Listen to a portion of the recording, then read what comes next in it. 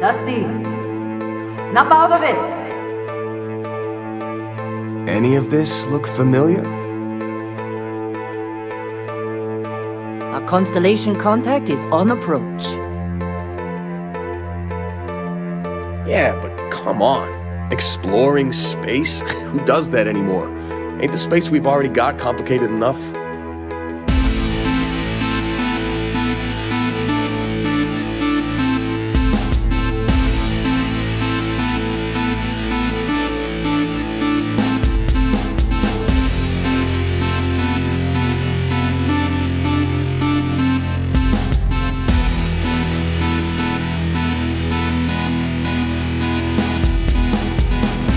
Welcome aboard the Starfield Report podcast. Let's talk shipbuilding. It's the best part of the final frontier. Welcome, Captains. This is your host, Kenneth Smyson, along with Jax Wiley. How are you doing, Jax? Great. And we are back in the Starfield for another podcast here. We had a great time on our first podcast recently, going through just kind of some light talk that lasted over an hour on the game.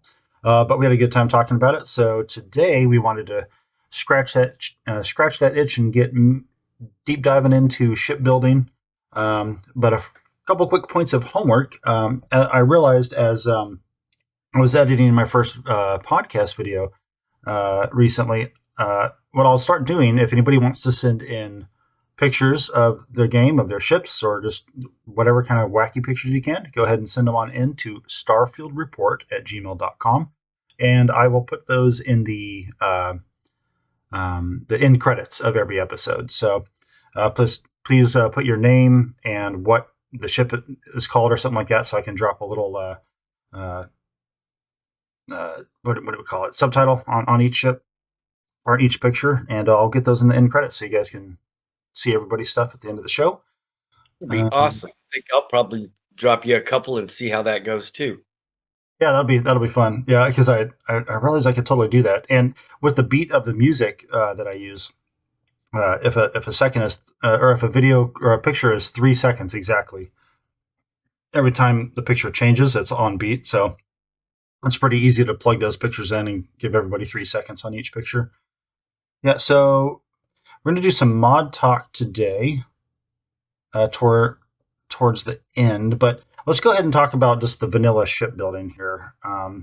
So one of your notes, show notes, was that at the game launch, shipbuilding was your favorite thing about the game. Like throughout. Now remember, audience, I never learned, or aside, I didn't pay attention to any of the marketing for the game. I didn't watch any trailers. I went into this one completely blind because I was already sold on the concept of Bethesda in space, right?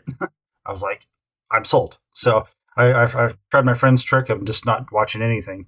So I did see some headlines, and I did know shipbuilding was going to be a thing, but I didn't know how it would work or anything. But Jax, you paid attention to everything, and so go ahead and just tell us like what you're looking forward to and paying attention to during the marketing, and then when the game launched, like how that actually paid off for you. Right. So I drowned myself in all the marketing, all the buzz, all the videos, anything that I could get. I was drowning myself in it. So I was super excited about the shipbuilding and the base building and just the whole game in general, because Bethesda. I mean, it's just it's the thing for me for gaming. But when I started playing the game and started doing the shipbuilding, I was very, very intimidated. So all I did was just the upgrades. Oh, I'll upgrade my engine a little bit. I'll upgrade my drives a little bit. I'll upgrade my reactors just a little bit. And after a while, I realized I'm not really changing a whole lot here. And so when I finally started like buying ships and had some money in the game, then I started playing with it because I wasn't so afraid to wreck my main ship. I could take another ship, and after watching a bunch of videos, I was like, okay, I think this is how you do it. And so I just jumped in and started moving stuff and changing stuff and deleting stuff and adding things and moving things around. It really opened the game up for me. Once I found that, I probably spent the next 75% of my time for 2 months just doing shipbuilding and making ships and experimenting with different design and how do I want my design philosophy to be when my ship is done and I'm ready to fly it. What do I want it to be like? I want it to be functional. I want it to be aesthetic on the inside and the outside, usable for my companions and me. So I would watch for several different things, but that would tend to like put me in some guardrails. Couldn't go too far outside of those guardrails, or else I didn't like the look of the outside of the ship, or I didn't like the functionality of the inside of the ship. Or once I started merging stuff before creations, then you would have conflict inside of the ship, and so it would block off passages, or there would be a bed and a door in one spot, and you're like, well, that kind of stuff, I can't stand that stuff. It's got to look right. Yeah. Yeah, for me, hopping into the shipbuilding, let's see, I didn't get into it till I was about level 20, which I had to have some patience because I knew, like anything, I probably needed money first. So I was pleasantly surprised that most of the structure and the habs were pretty cheap. So at least that worked out. I also have this thing when I play games, I don't like to get rid of. I get very sentimental to anything that's quest related or anything that's given to me. And so even though the Frontier really isn't that great of a ship, I just didn't want to get rid of it, which paid out in my favor. Or a unique name. If it has a unique name, I better save that. Yep, things with a unique name. And so, which paid off in my favor because the Frontier, the hab, the 2x1 on it, is the only named, or it's a named hab that you can't get in the shipbuilder. It's only on that ship. And so on my first universe, I never did anything with the Frontier. I just left it alone. But when I went NG+1, I built the Starship Enterprise, and I called it the Final Frontier, using that hab somewhere on the ship. Yeah, that Frontier hab is one of my favorite habs because of everything that is included in that 1x2 space. It has every single thing you need to build a spaceship. Yep. Yeah, and I realized it actually functions pretty decently as a captain's quarters, along with the Nova Galactic living quarters. Now, of course, the Frontier hab is the same as the sleeper or the all-in-one berth A, and so right, yeah, the all-in-one berth A. It's basically the same thing. But doesn't the Frontier has the research module as a part of the hab, where I think that's the part that you can't get when you get it from Nova Galactic. No, it's there. I'm pretty sure it's there because on my Enterprise that I built, I have the bottom floor as you come in off a Teo Docker on the bottom is a workshop. Right above that, I have the Frontier hab. It's kind of like my guest hab, right? You know, like if I'm transporting passengers. But I used the A up on the top of the crew deck where I've got the A on one side, and then I've got a control room, and then I've got I'm pretty sure the living quarters, because I was trying to make sure I had as many beds as I could have on the ship, and I'm pretty sure I've got that research station still on there on the A. I'll have to double check, but yeah, that one works well as a captain's quarters, especially if you have the door coming in on the side where the bed, because it's only one bed. But if you have the door come in on the side where the bed is, and now that we have custom, you can decorate your hab or your ship internally. There, even if you have the hab where it already has some stuff in there, at the very back of the hab, right next to the bathroom, it's just a bunch of empty space. So I threw a bed, like a huge, king size bed back there, and so that's my captain's quarters on. So yeah, I've got the research station, navigation console, which that navigation console isn't. It's a nice small one, but it's not in the decorative items anywhere in the game. So, or in the decoration builder. So that's kind of frustrating. Yeah, I'd like to see a few of those things that would, for Bethesda, not some content creators, some mod authors have created a bunch of different smaller versions of the research station and the what is it, the all the different labs and the weapons lab and all the different things, and they've shrunk them down and put them in different configurations. But I'd like to see Bethesda come up with little panels that are on the wall for a nav unit that you can move around, or a research lab unit that you can just move around and stick on a wall. Okay, yeah, that would be excellent because yeah, with all those consoles being so huge, taking up a lot of space, it'd be nice to have a small one. Obviously, on a larger battleship, it's just really pretty cool to have a huge, just like all your sci-fi movies and shows. They always have that console table right there in the middle where everybody's standing around, you know, talking about how big the Death Star is, right? So, Your battle room. yep. So now we're going to be transitioning into some mod talk. And not to be selfish, but I'm going to go first because mine's just a quick one. We're going to be spending a lot of time on the Darkstar Astrodynamics mod that you chose. But mine, let me show you guys real quick here, is Show Star Names. And back when the game launched, for those of you that are new players, when you look at the map of the solar system, you would not see any of the names unless you hovered your cursor over the solar system, which was extremely frustrating because you're trying to find a system you've been to before and you couldn't quite remember where it was. And so, let's see, mod author. Oh no, what's his name? I don't see his name here. Oh, FS Novosk. He uploaded this mod. Now, you might think to yourself, well, they patched that in, so now all the systems have names. True, however, I'm going to go ahead and open this little thing here. What he also added was their color coding, where each of the systems, based on their level, has a different color. So green is low level, say level 10, then it goes blue is level 20, and then yellow, orange, and eventually red for all the level 70 stuff. So this mod I highly recommend picking up. I'll put a link in the show notes for it.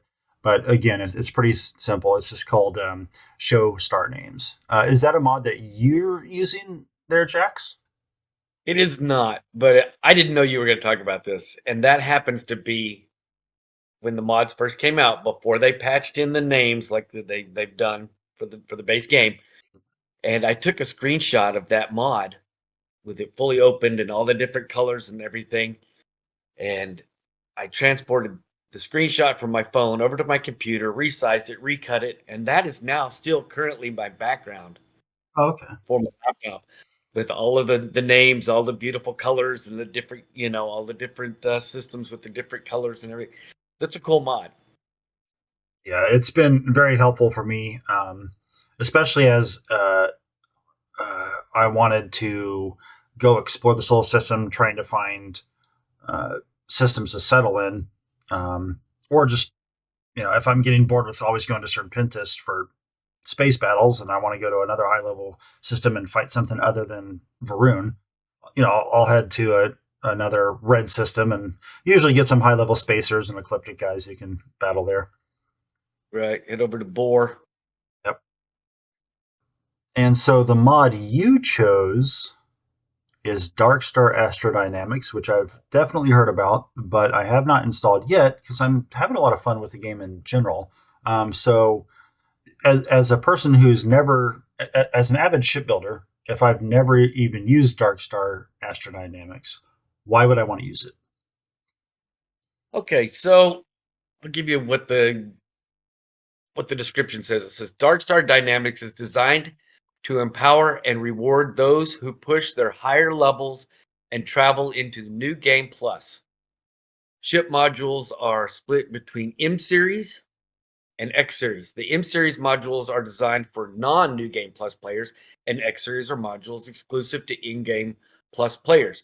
The mods also provide several enhancements to the way Starborn are rewarded as they enter a new game, making it easier to acclimate to their new reality. Basically, what that means is once you hit a certain level, you've got all of the stuff for your shipbuilding. You've gotten to the top. You can build any ship you want. You got sea level. You've gotten all of your skills and everything, and you're kind of topped out. What this does is it opens you up to faster engines, stronger engines. Um, you might call it a bit cheaty, but I don't think so. And because of the way that I use it or justify it, I guess. So when you get in through New Game Plus, at that point your character has become almost god tier character. But this mod gives you the ability to actually feel that in your ship instead of your ship kind of plateauing and your character still progresses, but you don't ever get to feel it in space combat or anything. So with this, it just turns the shipbuilding up to 11, the way I would say. It gives you the ability, it gives you better reactors. They give you more power for less cost. They're smaller. So this mod also gives you two new custom ships that the mod author built specifically out of his parts to showcase what you can do with this mod. One of them is a small ship that would be like for a solo bounty hunter type. The other one is a larger ship that could be maybe cargo delivery and just general purpose exploring. But everything that this guy does, not just with this mod, but all of his mods, are level locked to where it's not just a free gimme mod. You can't just install the mod and automatically level 1 turn on God mode. It doesn't work like that. You've got to do some research. You've got to have the skills. So therefore you've got to put the time in. If you don't put the time in, you don't get the reward from the mod. Now, see, now I like that because I definitely don't like it when mods break the game, and most of my mods are quality of life improvements. And so far with my shipbuilding mods that I've done, they've all been aesthetic changes. Nothing that changed it functionally. So like Avantech, better ship flips, those kind of mods, and so I like the idea of that, especially how you were talking about how your character can become god mode, but your ship kind of plateaus. I had never thought about that like before. And granted, yeah, I just finished going through my first NG universe, so I'm now NG +2, and so I got all my powers now at level 2, and I'm about ready to go through the Unity again. And I wasn't like originally I wasn't gonna do any power upgrades to my ship because I'm like, well, that's kind of cheating. Well, but you got a point. Your ship skills never go above a certain level, but your character can continue to get more and more powerful. So I guess it makes sense that you would have like a really powerful ship after a while. So an example of that, the New Game Plus ship has a cloaking device. You can't get that anywhere. But you as a Starborn have the knowledge of that technology. With this mod, it gives you that module with the pre-spec that, hey, your Starborn knows about this technology and knows how to design it. So now you're given the design ability to cloak your ship on boost if you install it at your terminus. So let's say you're a brand new character, you're level 5, you just landed at the lodge, you've got the Darkstar mod installed. Do you not have access to that cloaking device until you've gone through the Unity the first time at least? Oh, see, now that's an example of a well-designed mod that, interweaves with the game then. Yes. Let me read a little more about this. It says, so you know about the ship builder when you build the ship builder platform, right? So this mod gives you a platform also. It's a custom built platform by the creator, and it's called the Darkstar Terminus, and it's an advanced shipbuilder platform at your outpost, and it gives you a plethora of mission boards, food and drink kiosks, crafting benches right there on your builder, vendors for the Darkstar terminal, and it's all for a very nominal cost. So again, all of the modules and stuff are level locked. So if it doesn't make sense that you would have it at level 1 in the base game, he's not going to give it to you with this mod. You've still got to get the skills, and you've got to go through the adventures, and you've got to finish the tasks in order to gain the skills, in order to get the new mods, the new modules on the terminus, what he calls a terminus, the shipbuilder. And it doesn't take out any of the base game. These are all in addition to your base game shipbuilders, but he's on version 4 point something. So like when he started out, there was just the one shipbuilder terminus. Now there's a large shipbuilder terminus, a small one with kiosks, one without, a square one, a round one. So he's been adding to it as he goes and as he learns, as we're all learning, because this game's been out about a year now, but 6 months or so for creations. So everybody's still learning on what's available, how do I work this, how do I make it all work and mesh together. I don't know anything about modding, other than using them. I don't know how to make mods. I'm on a console, so the computer end of it is I'm so appreciative these guys are doing it for me. You can't imagine how appreciative I am. And so any chance I get to try to lift up one of these mod authors, I want to do it. And if I understand the way that he's done this properly, he hasn't been going in and editing the scripting of the base game. And so this particular mod has very little likelihood of stomping on other mods or base game. Very few conflicts. Load neutral, you can put it anywhere. I wouldn't recommend just adding it and deleting it mid-game, but I don't think it would be that much of an issue. Okay. I've not had load order issues, and his mods are the ones that I mainly use, and then I sprinkle in a few things here and there extra. But I love using his mods because they don't cause hardly any conflicts at all. Well, that's good to know. Yeah, because my concern when I got into installing mods on games, so for me it was Skyrim. That was probably just a few years ago. Mods have been out for a long, long time, and I just always kind of felt like it was cheating or just being too zany.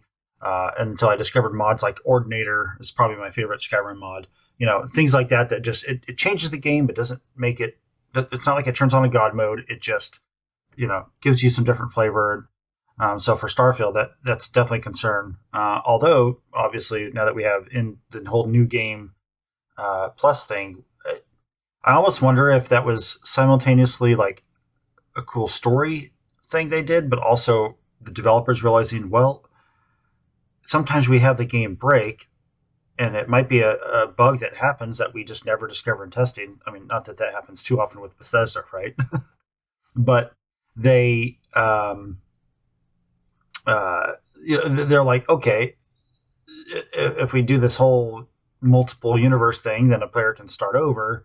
They're still the same level. They bring everything in, and then they can, give it another go, because if a bug happens while you're playing the game, it might not be fixed on the next patch until you go through the Unity. It's just the reality of it. So. Or your load screen times. If you played Skyrim for any amount of time, you realize that when you first start that game up, your load screens now are pretty quick. Yep. You get 3/4 of the way through the game, and all the different items that you found in the world that you've got stashed away somewhere, the computer is still having to track all of those things. All the people you've talked to, all the conversations, all the cups you've moved, everything. Yep. Keep track of all that stuff that has been found. Yep. So the longer you go in the game, the more stuff more items, more tags the computer has to list and know where they are at all times. And so your save times, your load screens become longer and longer and longer. I didn't know that for so long, and it happens so slowly. It's like growing gray beard. You don't realize it till when you look in the mirror and you're like, oh my gosh, I'm gray. Yep. Right? You get it. I do. When I grow mine out, it's all gray. But it's the same thing. You don't realize it until one day you sit down and you're like, okay, I gotta go into a door. I'll go heat my pizza up while I do that. And then you realize it should not take that long to go through a door. Yeah, that's why with my shipbuilding, I haven't done much internal decorations on the ships yet, because I've got a feeling that would bog down just loading into the ship. Maybe I don't know. Also, too, I don't want to decorate internals of a ship on my main character because I'm gonna go until I've maxed out all his powers, and so I'm gonna be losing all my ships. And I don't want to spend time on the interior of a ship. But my combat medic, I'm completely avoiding the main quest because I actually started to do internal decorations on ships, and so I took the 3x1 Deimos living quarters, one of my favorite habs in the game, because it's a 3x1. It's got 2 beds in there, a bathroom, and so when you decorate it out like I did on his it's a Corvette. It's just that one hab and the cockpit. That's it. A lot of fun doing the interior decorations, but I haven't noticed any increase in time and loading into the ship when I enter it through the bay. It seems to be loading about the same, but again, that's only one hab. Yeah, so the Darkstar mod, I'm definitely going to be looking into that. So because my main character right now, I think I mentioned just a minute ago, he's ready to go through Unity again. So I think it'd be a perfect time to go through Unity and start the Darkstar mod. That way I can integrate that into his experience as he goes through that universe.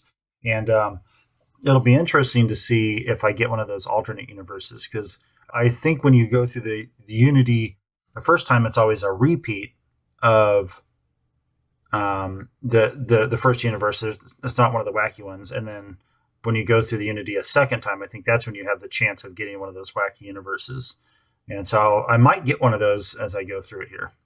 I think I'm on new game, I think 5. I think I got new game 5. My Starborn powers are at level 5, I believe, all of them. So I think I've been through the Unity 5 times. And I've never gotten an awkward, weird one with plants for people, in the lodge, or any of the weird ones. There's one where should we talk about spoilers? I think it's been long enough. Yeah, we're going full spoiler. Yeah, so if I've heard it right, there's one where you go into the lodge and all of the companions in the lodge are children. And there's like another one you go through and all the companions are plants, just like vegetation sitting around the room. So you can come up with some pretty weird stuff. That's only 2 that I've heard about. There's quite a few, I understand.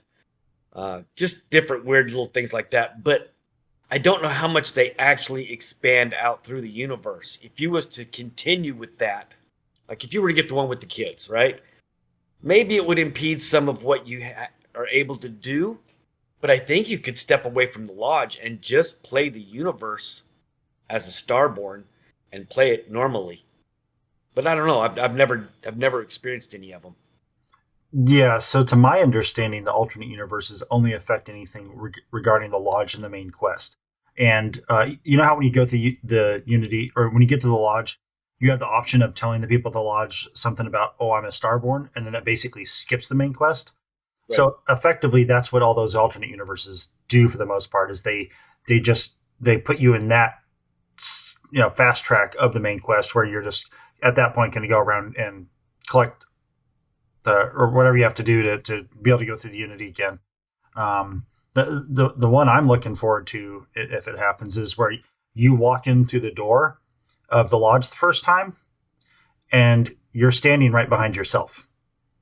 There's a version of you, and so apparently, you will turn around and be like, "Whoa!" Like it's like, because in general, if I understand correctly, most of the universes you go into as a Starborn, I think it's explained that your character or the other version of you has just died in that universe, either through that battle right at the beginning on Vectera, the space battle, something like that. And so when you go through it and are kind of born into that universe, it's something you can't overthink it, because it probably doesn't make sense. But that's just the general idea, is that your character has died, or that you in that universe died, and so your presence isn't really messing anything up for the most part. So like if you have the kid stuff trait, you can go talk to your parents, and they won't realize their actual kid died, and they don't realize they're looking at a multiverse version of you. Right. So, well, it's in the opening prologue when you go in and you find the very first what's it called? The anomaly, the artifact. Artifact. Yeah, when you find the first artifact, as soon as you touch it, the next scene is them waking you up, saying, "Dusty, Dusty, can you hear me?" And I think that would be the moment where the swap would happen. Oh, that makes sense. The original character passes away, and your Starborn character is injected right there. And then they come to you, right, and go, "Hey, buddy, there was a big light. What happened?" That And makes that's sense. Starborn put in. Okay, yeah, that's the way I'll think of it. I don't know if the developers ever actually explain that exactly. I was just Googling one day. I was a little bored. I'm like, what does that mean? So on my first playthrough, my traits were spaced because I'm a space trucker. I figured that I'd be more adapted to space, but less on planets, right? So I had spaced. I had Freestar Citizen or Settler because I'm out there doing the whole frontier living thing. But then I also took kid stuff, which kind of was weird being a Freestar Citizen with, and we talked about this last time, but it was weird being a Freestar Citizen with parents that are living in New Atlantis. But when I went through the Unity for the first time, my character went into that knowing, like, you know what, those aren't my parents. Like, they are, but they're not. And so I changed the kid stuff trait to being in the introvert one. And I did that from a character perspective because I'm thinking, like, if I'm really doing this and I'm coming across people that I just, like Andreja, I had married her and then she died. And so the Andreja I'm meeting is not the same Andreja. And Right. so How do you square that in your mind that your Mhm. wife passed away and now you're in a universe with this woman that looks the same but has a few personality tweaks? Exactly. And so by taking the introverted, it was like a reflection of my character being like wanting to be a little standoffish to everybody just because like being a little emotionally detached. And then I started realizing, like, even though I don't like the hunter and I'm not going to be indiscriminately killing, you start to realize the emotional impact that being a Starborn has on you. Unless you're willing to just settle down and be like, okay, this is my universe. You don't want to be attached. At least I don't, right? So They're all disposable. They're all tissue paper. mhm, They become a page in a notebook, not the whole notebook. Just turn the exactly. page. I didn't like what that page said. I'm going to go to the next one. Yep. Yeah, so that's why on my main character, I'm going to go ahead and go through 10 times. So, because that's the max on all the powers, right? 10. Okay. So I'm just going to kind of burn through it. So now that I made this, so in my first universe, I wanted to repeat the main quest. I was very intentional about that. That's what my character would want to do. And then I was about to start talking about the main quest, but we'll save that for next week or next episode. But then on my subsequent universes, I think going forward, I'll go ahead and do the option at the lodge where I just tell them, hey, I'm already Starborn. So now that my character has experienced the main quest, repeating it, as close as I could to how it was originally. I did that 2 times, I think, or maybe 3 times, and just went through and said, hey, I'm Starborn. Here's the explanation, and let's go take care of this. Right? And you run into some things that I won't tell you about because I want you to experience them. But I would recommend, instead of just burning straight from Starborn 1 or 2 all the way to 10, do 2 or 3 pass-throughs and then stop and see how you feel with that level of your Starborn powers. Okay. Because as they go up from 1 to 2 to 3 to 5, there's a pretty good difference. I'm not at 10 yet. I can imagine at your Starborn powers at 10 are going to be overwhelmingly godly. Oh, so they actually get more powerful each time. Okay. I know I think it takes less energy to use them so you can hit them more frequently in a fight. Yeah, I definitely, part of the reason I want to get to 10 on him is because if there's a future expansion that's like that, and I can see Bethesda doing this, that you have to be, have gone through it 10 times, or maybe you have to have all your powers at 10. And that would be totally for the completionist players that like to do everything. I can see them releasing something for that. And so I want to at least have that character ready to go so I don't have to grind to get to that point, Well, I guess all I'm saying is just make sure you leave yourself some room somewhere to play with those mid levels also. Yeah. Yeah, I'll definitely check it out. On now that's another main quest topic. I'll save that for. I want to talk about the main quest so bad, but we'll be getting into that over the next two. Probably actually, we might split that up in the next 3 episodes, just because there's so much to talk about with it all. So coming up, we're going to do kind of a round table with you and me, and the main quest. We'll go through the first 10 or 11 quests and talk about and see how things go with that. And be our next topic on our next episode. Well, yeah. So originally there's 21 main quest missions, and quest 11, that's the high price to pay, the big mid plot spoiler one. I think what I want to do is actually split it into 3 episodes, because if we also want to make sure we're able to talk about other stuff in each of our podcasts here, we'll want to make sure to not talk too much about the missions. So it'll probably be missions 1 through 8. Okay. So for listeners of the show, if you want to send in feedback, I'll go ahead and commit to it now. We're going to do missions 1 through 8. Yeah, we'll do missions 1 through 8. I don't have a date, so the sooner you get your feedback in on that, because if you just want to send some emails, feedback to starfieldreport@gmail.com, go ahead and send some feedback.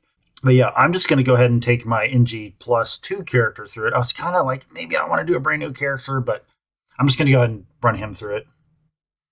I started a brand new one Tuesday night, and I got him up to Vectera, where he's got to land there. Okay. So he's already gotten off of the mining planet, gotten into the frontier, killed a few spaceships, and he's about to land and take out the pirates on Vectera. Mm-hmm. So that's the one I'm going to be using on all Bethesda games. I usually will name each character something that just fits or feels right.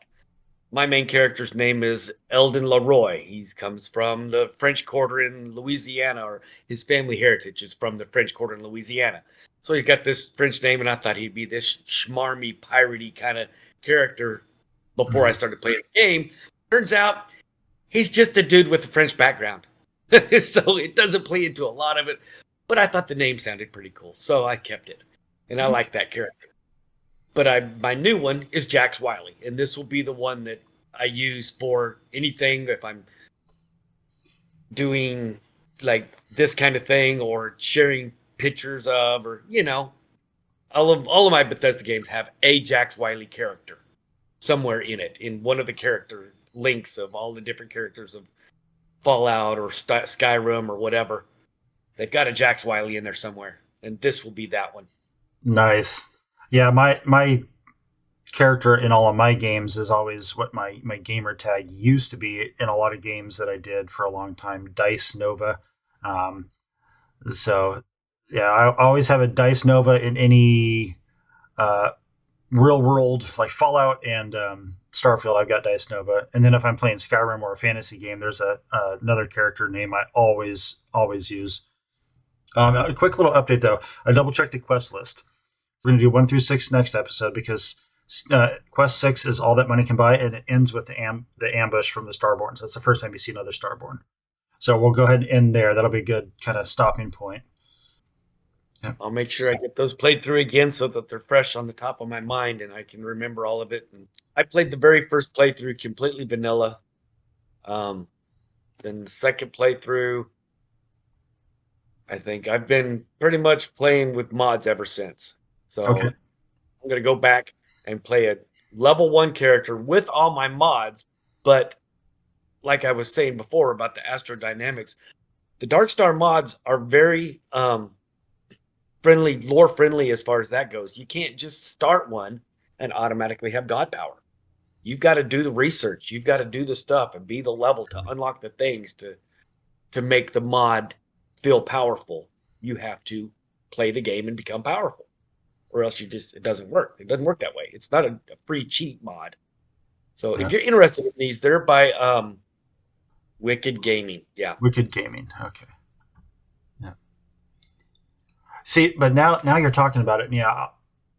Man, I probably should do a brand new character for our main quest, and just kind of pick one of the. Just go like I'll probably pick a class that just is probably something I would likely not play, just to have a different experience on the game.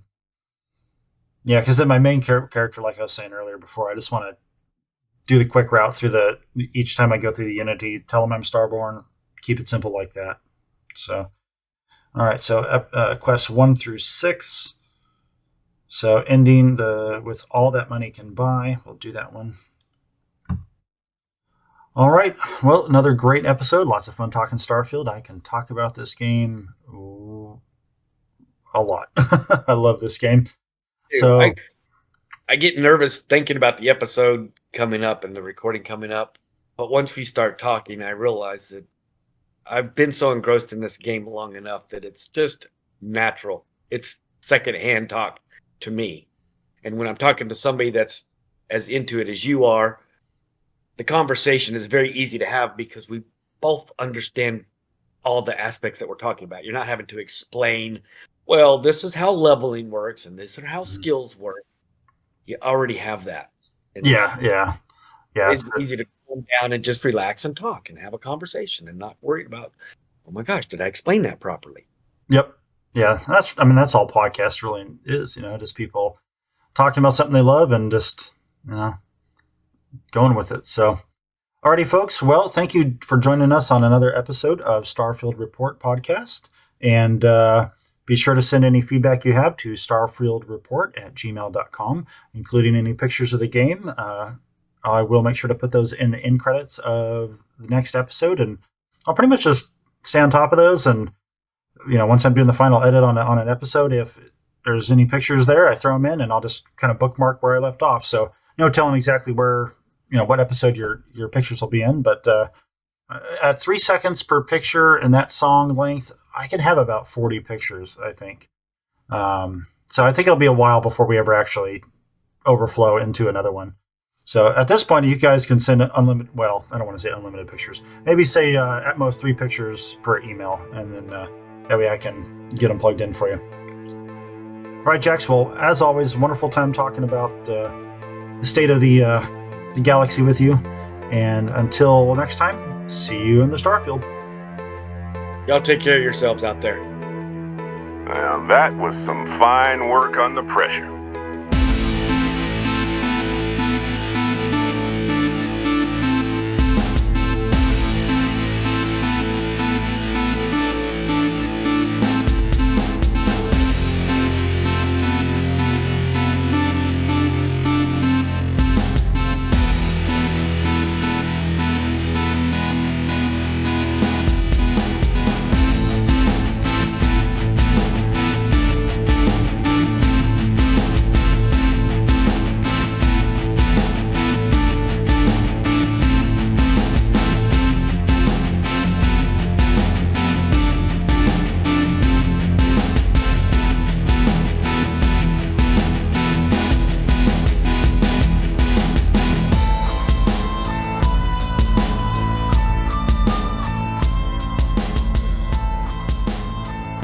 Get out of here, Dusty. You're on to bigger things.